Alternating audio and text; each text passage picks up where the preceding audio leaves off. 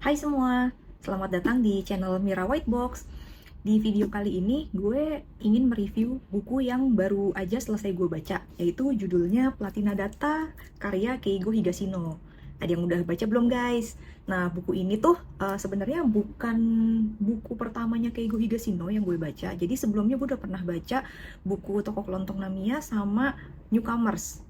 Itu dua-duanya gue punya bukunya. Nah, ini adalah buku ketiganya Keigo Higashino yang gue baca. Sebenarnya bukunya dia itu ada sangat banyak ya, cuman emang gue baru baca 3 aja gitu.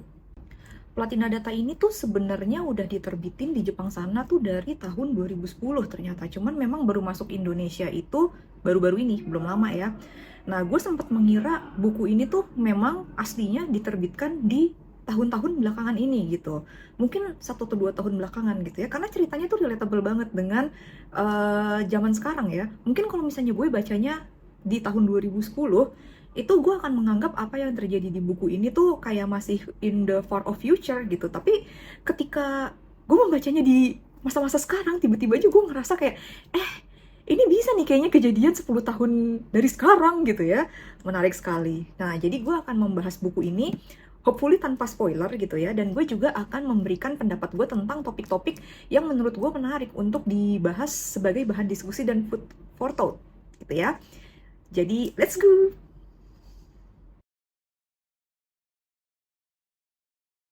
Cerita di buku ini tuh settingnya ada di suatu masa tidak jauh dari masa sekarang, yang mana masa sekarangnya itu tidak ditulis secara jelas.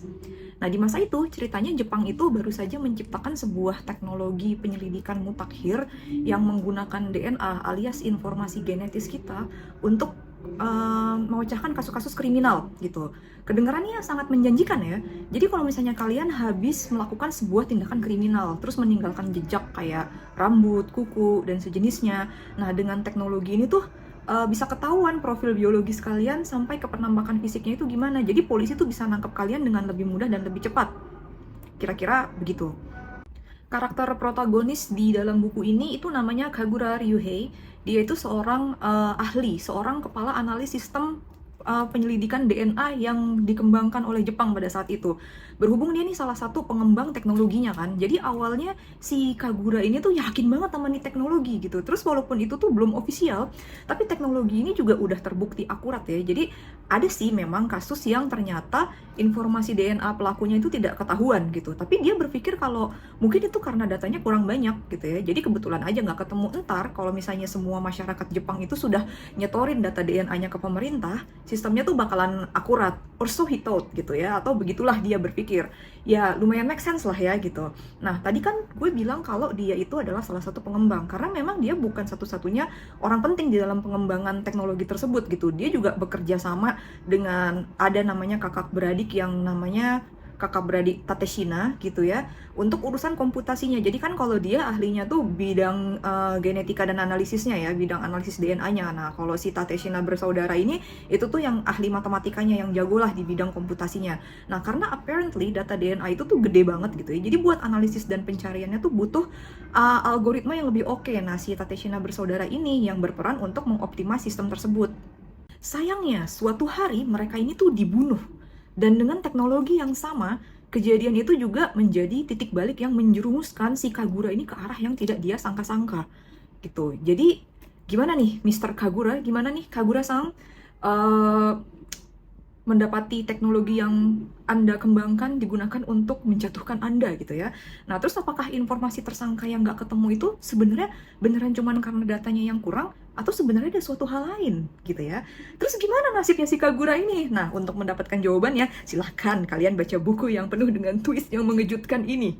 Oke? Gua menghabiskan 3/4 dari buku ini dalam 1 hari saja. Iya, seharian dari pagi sampai malam gue baca buku ini udah kayak orang gak punya kehidupan. Soalnya ini beneran seru banget guys, menegangkan banget dan page turning banget gitu ya. Sampai-sampai kalau gue tidak menghabiskannya di hari itu, gue gak akan bisa tidur dengan tenang gitu. Nah, gue memang belum membaca bukunya beliau ya. Dan sejujurnya gue nggak cocok dengan semua bukunya beliau. Jadi ada yang gue suka, tapi ada juga yang kayak gue DNF gitu, did not finish gitu ya. Kayak Toko Kelontong Namiya itu gue nggak selesai bacanya karena memang bukan selera gue aja gitu.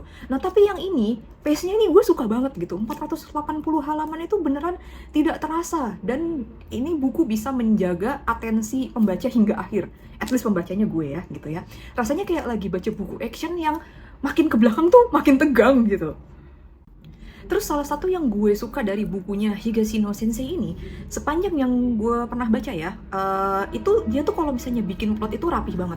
Jadi mulai dari pengenalan karakternya, terus backgroundnya, sequence of action dan konsekuensinya, menurut gue everything is well thought dan beralasan gitu ya. Soalnya kadang gue tuh suka sebel kalau misalnya ngeliat atau baca novel yang punya karakter yang kita tuh sudah invested di dalamnya, tetapi tahu-tahu dimatiin tanpa alasan yang jelas gitu, atau dia melakukan sesuatu tapi nggak jelas reasonnya tuh apa gitu.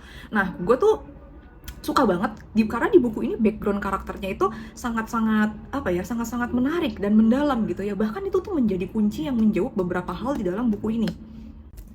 Terus hal lain yang gue suka dari buku ini itu adalah ada banyak hal yang ketika gue membaca buku ini tuh memunculkan pertanyaan-pertanyaan filosofis yang justru sebetulnya tuh relevan banget di zaman sekarang.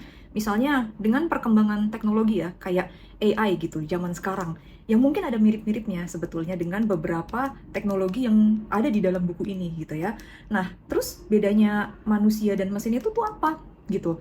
Bahkan kadang-kadang mesin gitu, kayak misalkan ChatGPT ya, ngomongnya tuh bisa lebih sopan daripada manusia. Kita jadi merasa lebih didengar oleh mesin gitu ya.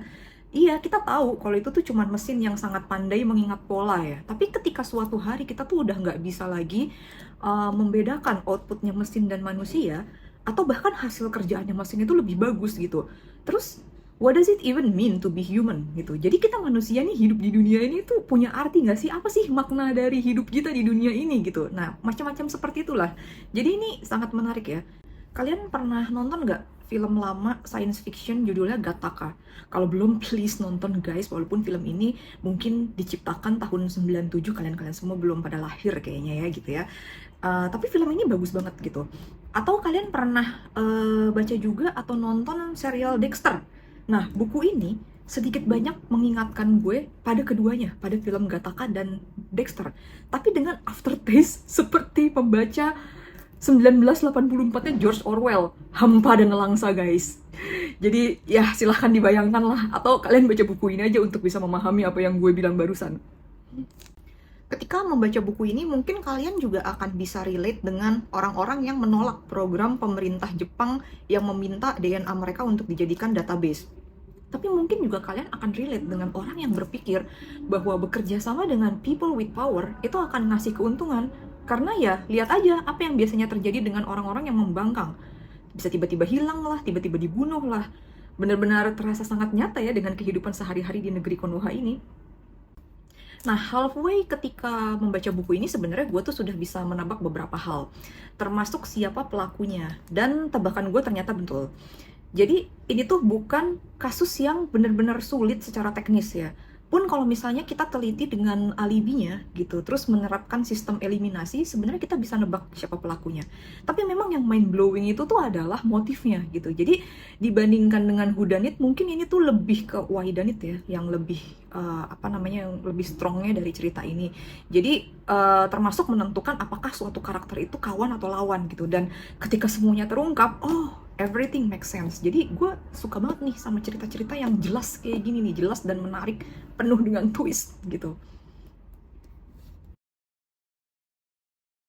Nah, terus teknologi kunci dalam Platina Data ini menurut gue sebenarnya cukup progresif untuk sebuah buku yang ditulis tahun 2010. Nah, sepemahaman gue, DNA itu memang bisa digunakan untuk menguak banyak hal dari diri kita ya. Ada sebuah bidang yang namanya bioinformatics. Itu bidang yang beneran ada di dunia ini gitu.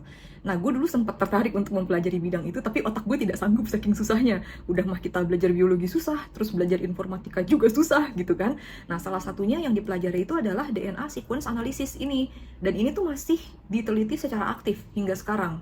Jadi DNA memang bisa ngasih kita informasi kayak jenis kelamin, terus warna mata, warna rambut, penyakit bawaan. Tapi sejauh ini yang gue pahami, itu tuh belum bisa menentukan secara pasti facial feature seseorang tuh kayak gimana.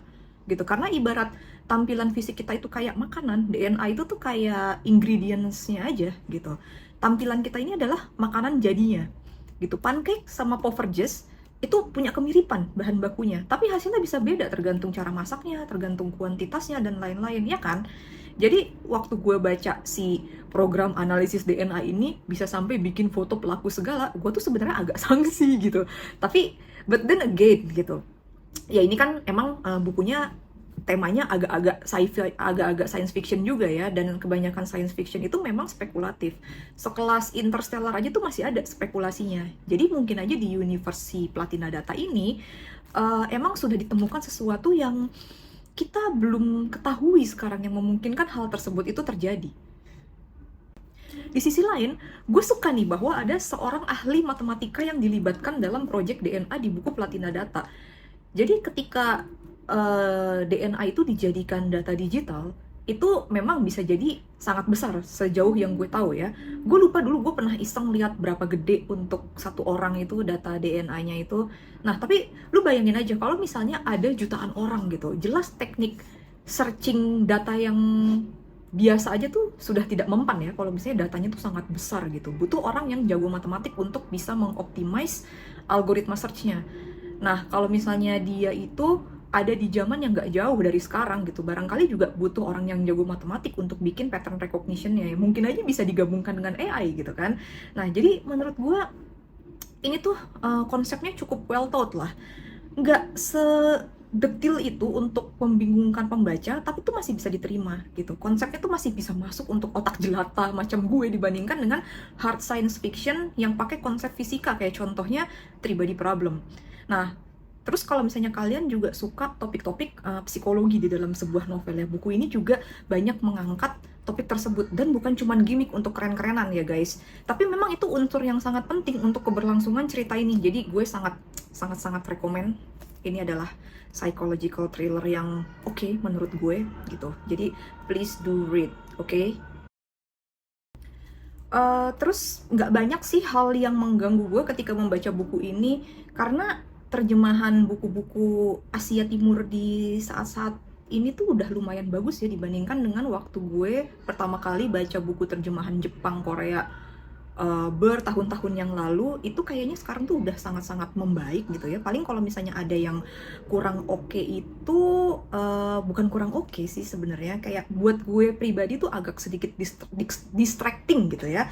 Itu adalah catatan kaki yang menurut gue kayaknya nggak seberapa perlu gitu ya. Jadi kalaupun tidak ada itu tuh tidak akan mengubah jalan cerita, dan orang tuh harusnya sih masih akan ngerti-ngerti aja gitu. Jadi ya itu sedikit distracting buat gue, tapi mungkin itu bisa jadi sesuatu yang membantu juga buat pembaca lainnya. Who knows? Tapi nggak terlalu apa ya, nggak ada hal yang gimana-gimana banget sih. Dari plotnya juga rapi, karakternya juga jelas, terus twistnya juga dapet. Jadi review gue positif banget lah untuk buku ini. So, akhir kata gue suka banget dengan buku ini guys.